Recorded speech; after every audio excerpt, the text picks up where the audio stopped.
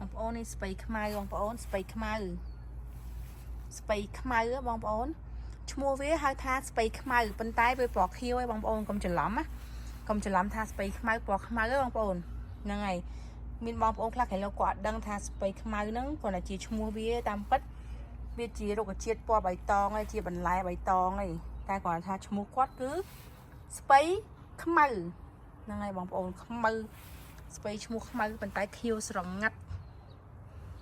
បងប្អូនអើយល្អណាស់បងប្អូន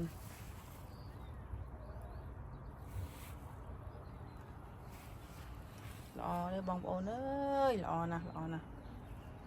ឆ្នាំនេះអត់សូវបានផលទេតែសារអត់សូវមានស្នូហ៎ចឹងទៅអត់សូវបានផលជាទីគាប់ចិត្តទេ